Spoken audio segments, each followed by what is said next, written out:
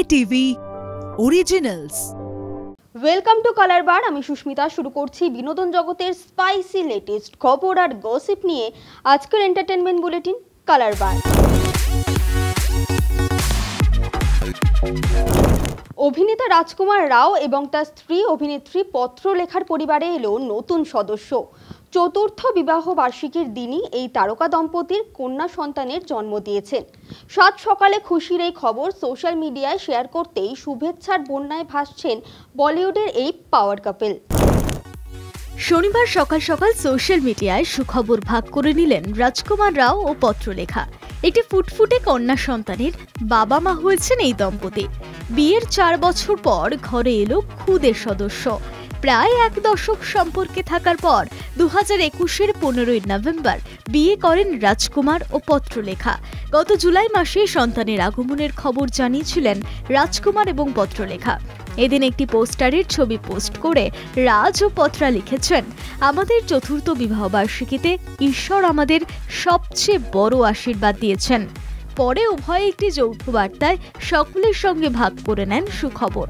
লেখেন, আনন্দের চোটে যেন চাঁদে পৌঁছে গিয়েছে। ঈশ্বর আমাদের কোলে কন্যা সন্তান পাঠিয়েছেন। আমরা খুব খুশি।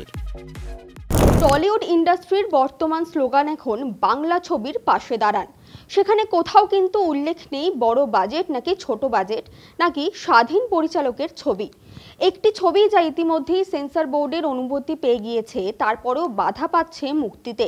ছবির নাম the academy of fine arts, যার পেছনে অক্লান্ত পরিশ্রম। এই ছবি মুক্তি নিয়ে ফেডারেশনের সভাপতি স্বরূপ বিশ্বাসের সঙ্গে বৈঠক করেন পরিচালক। বৈঠকে কি আলোচনা হলো দেখে নেব। ছবির প্রচার চলছিল কিন্তু জোর কদমে, কিন্তু তা সত্ত্বেও জয়ব্রত দাসের ছবি 14ই নভেম্বর মুক্তি পেল না। ফেডারেশনের বাধার মুখে পড়ে আটকে গেল এই ছবি মুক্তি। ফেডারেশন দাবি করেছে তাদের নিয়ম মানা হয়নি। শুক্রবার ফেডারেশনের সঙ্গে বৈঠকে বসেছিলেন ছবির পরিচালক জয়ব্রত ও প্রযোজক মানব সাহা এবং সংকেত মিশ্র। পরিচালক বলেন, এইটুকুই বলতে পারবো, রিলিজ কবে করতে পারবো সেই ডেট জানি না।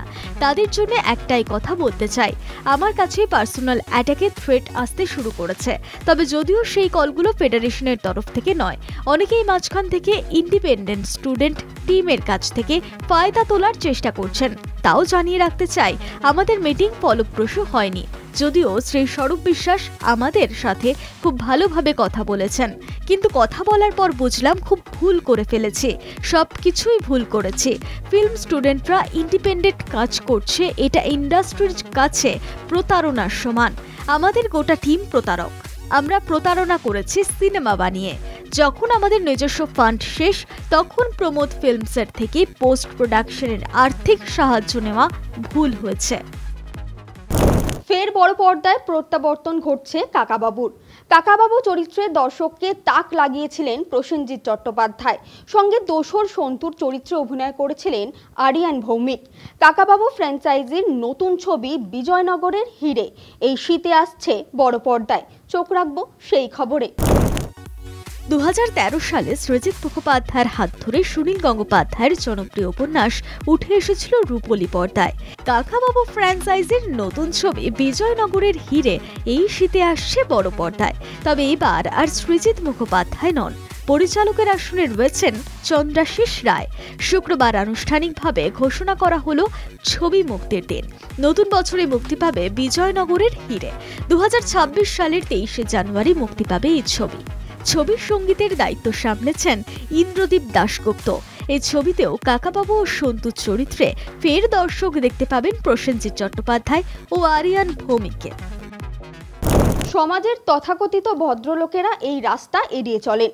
বিশেষ দিন বলুন বা উৎসবের সময় শহরের এই জায়গায় অন্ধকার গলিতে পৌঁছায় না আনন্দ চাকচিক্য। তারা সেই সব এক প্রকার ব্রাত্য থাকেন। আর শিশু দিবসে তাদের সঙ্গে বিশেষ মুহূর্ত যাপন করলেন অভিনেত্রী রুক্মিণী মৈত্র। কোথায় গেলেন তিনি দেখে নেব। বিশেষ দিনগুলোতে অভিনেতা অভিনেত্রীরা ব্যস্ত থাকেন ইভেন্টে, আর সেখানেই তারা যান যেখানে ঝলকে ওঠা ক্যামেরার আলো খুশির জোয়ার বয়ে আনে। শিশু দিবসের দিন শোভাবাজারের সোনাগাছিতে তেমনই খুশির জোয়ার বয়ে গেল। অভিনেত্রী রুক্মিণী শোভাবাজারে গিয়ে যৌনকর্মীদের বাচ্চাদের সঙ্গে শিশু দিবস পালন করলেন। হাঁটি হাঁটি পা পা ছবির প্রচারে যৌনপল্লীতে গিয়েছিলেন রুক্মিণী। খুদেদের সঙ্গে খুনসুটিতে মাতলেন অভিনেত্রী। আজকের কালার বার এখানেই শেষ করছি। দেখা হচ্ছে পরবর্তী এপিসোডে। আমাদের এই স্পেশাল বুলেটিন কেমন লাগছে আপনাদের কমেন্ট করে জানান আমাদের ফেসবুক পেজে, ইনস্টাগ্রামে, ইউটিউবে এবং এক্স হ্যান্ডেলে। এছাড়াও ফলো করতে ভুলবেন না আমাদের website Kolkata TV online. Kolkata TV, রাত দিন 7 দিন।